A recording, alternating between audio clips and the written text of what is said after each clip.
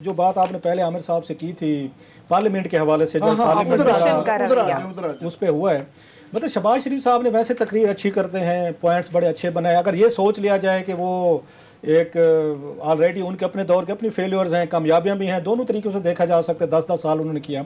मुझे जो शदीद किस्म का एक वो होना शुरू हो गया, या मैं थोड़ा सेंसिटिव मैं उसको देखा है कि जब भी कोई रेप का बड़ा अहम इशू होता है, शहबाज शरीफ साहब को झुकते बड़ी सोचते हैं। सर अगर आप मुझे अलाउ करो तो मैं क्लिप चलवा दूं। जरा वो झुकने के पहला मेरा ख्याल है, एक मैं थोड़ा सा ज़ैनब कत्ल केस में एक उनका रवैया सामने आया था, और दूसरा आज का जो कौमी असेंबली में जो उन्होंने तकरीर की है उसमें उन्होंने क्या कहा है, आप ये सुन लें फिर इस पे कमेंट लेते हैं। 2-4 दफा नहीं, 8-10 मरतबा जाते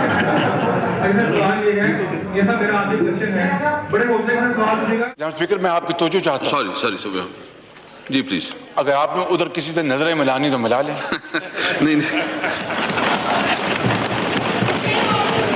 जी please, no cross talk. Klasra साहब, अब इसके बाद हम किससे नजर अब मिलाएं? ये आमिर साहब हमारे, अब जरा गौर फरमाएं, ये इस मुल्क के 4 दफ़ा मेरा ख्याल है वज़ीर आला रहे हैं, बाज़ 3 दफ़ा कहते हैं, 4 दफ़ा रहे हैं। इन्होंने वज़ीर आज़म के लिए मरियम नवाज साहबा से इनकी लड़ाई चल रही है पूरे ख़ानदान में कि अगला वज़ीर आज़म कौन बनेगा, मैं बनूंगा, भतीजी बनूंगा। सीरियसनेस देखें ज़रा, ये इस मुल्क के अपोजिशन लीडर हैं। आज पूरा मुल्क इस वक्त एक उसमें सदमे की हालत में, हर घर खौफज़दा हो चुका है कि क्या होगा नहीं होगा। उन्होंने ज़ैनब के साथ बैठे थे, इन लोगों को कोई सेंसिटिविटी नहीं, इनके ख्याल में सिर्फ वही जुल्म है, ज्यादती है, दर्द है, पेन है जो इनकी फैमिली के किसी के बंदे को हो सकता है, अल्लाह उनको भी ना दे, किसी को ना दे। इनके नज़दीक किसी और का दुख जो है ना वो दुख नहीं है। ये ज़ैनब उस पे केस पे बैठे हुए थे, उस वक्त देखें कि इतना बड़ा वाकया था, इतनी एक 6-8 साल बच्ची के साथ, वहाँ भी जोक्स हो रहे थे, पूरे का पूरा मजमा वहाँ कह के लगा रहा था, आपने सुन लिया। आज इतना बड़ा इशू था, वो उनको फिर भी जुगत मारना याद नहीं रहा कि स्पीकर साहब को कह रहे हैं कि जनाब आपने किसी से नजरें मिलानी है तो मिला लें, और उस पर उनकी मेहरबानी कुछ खवातीन ने शेमान के नारे लगाए हैं। तो स्पीकर साहब ने भी बड़ी ज्यादती की, असद कैसर साहब ने, जिस कुर्सी पे आप बैठे हुए हैं आपको उसका नोटिस लेना चाहिए था जनाब के, आप उस पे शहबाज शरीफ साहब कि आप जरा मेहरबानी फरमाएं, झुकते ना मारे, संजीदा रहें, आप संजीदा रहें। वो क्या कहते हैं, वो खुद हंसने में शामिल हो गए। इससे हमारे मेल एटीट्यूड का अंदाजा होता है, मेल शैमनिज्म का, कि स्पीकर के नजदीक भी कोई मसला नहीं है। ये जो कह के आपने सुने हैं, ये सारे मर्दों के बैठे थे। जो शेम के नारे हैं ये खवातीन की तरफ से हैं। सो शहबाज शरीफ साहब को थोड़ी सी काउंसलिंग की ज़रूरत है कि जब इतना बड़ा इशू हो, जहाँ पे कोई रेप केस हो, उसी वक्त ही आपको झुकते याद आती है। झुकते बाद में मार लिया करें, इतने बड़े फोरम पे आप करेंगे तो आपका पता चलेगा कि आप सीरियस भी नहीं है, आप ये सारे के सारे ड्रामा कर रहे हैं। यहाँ पे लोग, आपको कोई कंसर्न नहीं है खतून के साथ, किसी के साथ कोई हमदर्दी नहीं है, ये पॉलिटिकल पॉइंट्स स्कोरेंगे, चाहे उन्होंने की स्पीकर साहब ने बड़ी ज्यादती की। आमिर साहब, शहबाज शरीफ साहब तो कहते थे कि मेरे दौर में जितने भी फैसले होते थे वो मेरिट पर होते थे। जी, ये बिल्कुल वो सही कहते हैं कि उनके दौर पे मेरिट पे फैसले होते थे। वो मैं बताता हूँ कि मेरिट था क्या। मगर ये ज़रूर है कि आजकल पावर सेंटर्स क्योंकि पंजाब में और इस्लामाबाद में 5-6 हैं, तो जिसकी मर्ज़ी चल जाए तो वो अफसर लगवा लेता है। कभी इसके चौधरीयों की चल जाती है तो कभी बुज़दार साहब की चल जाती है, कभी फला फला फला, 5-6 लोग हैं। मगर इनके दौर में मेरिट ये था कि वो जो भी अफसरान जिनको लगाया जाता था फील्ड के अंदर, तो उनका पहले इंटरव्यू, ये कल जो फरमा रहे थे परसों, हमजा शहबाज साहब के पास पेश होता था, बाई लाइन के अंदर लगे होते थे सारे, उनका वो इंटरव्यू होता था।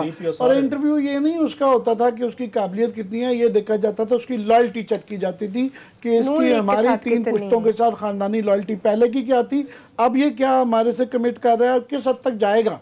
और हमारे तमाम जो दोस्त और हमारी पार्टी के जो लोग होंगे उनको हर किस्म के जराइम से पाक रखा जाएगा, और हमारे दुश्मनान को जो है ना जहन्नम रसीद करेगा, और जिस जिस तरीके से भी तंग किया जा सकता होगा तंग करेगा।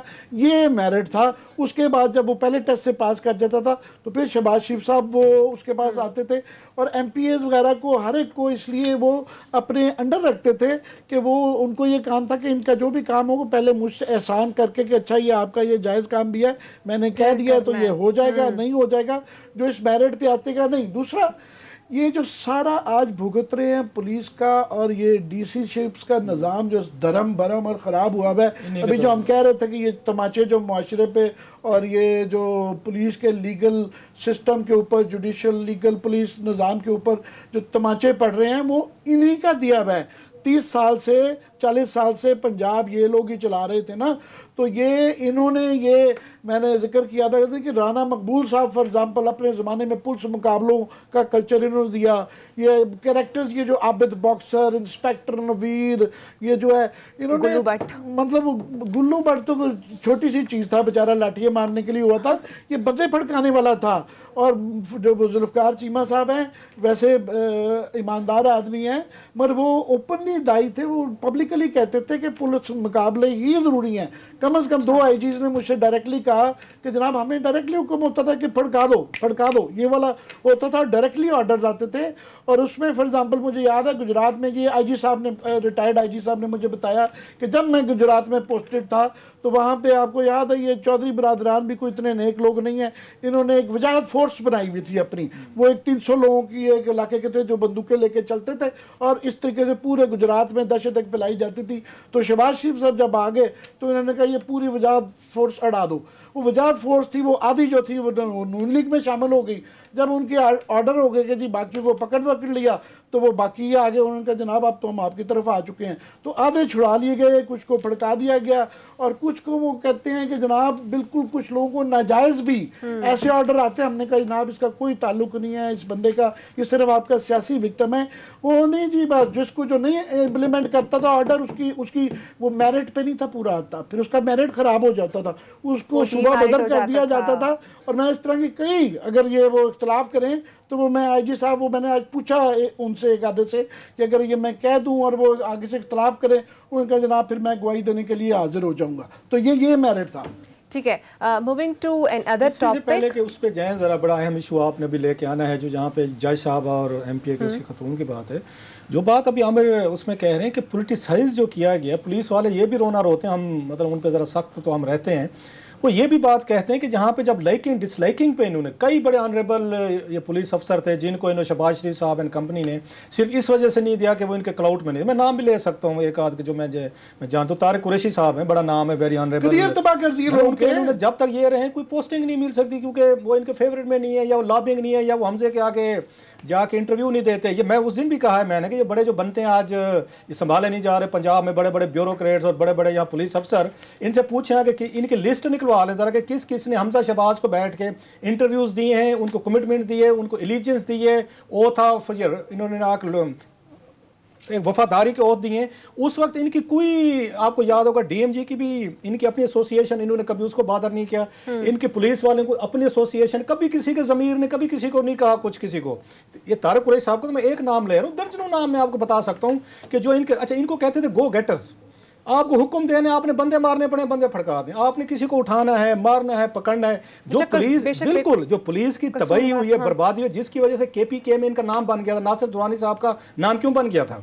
इसलिए बन गया था कि नासिर दुरानी साहब ने कंपैरेटिवली पंजाब के निस्बत उन्होंने डिफरेंट सूबा चला। मुश्ताक सुखेरा साहब ने क्या कहा था, सलीम साफी साहब का इंटरव्यू था, उन्होंने कहा पंजाब में तो बदमाश कल्चर है,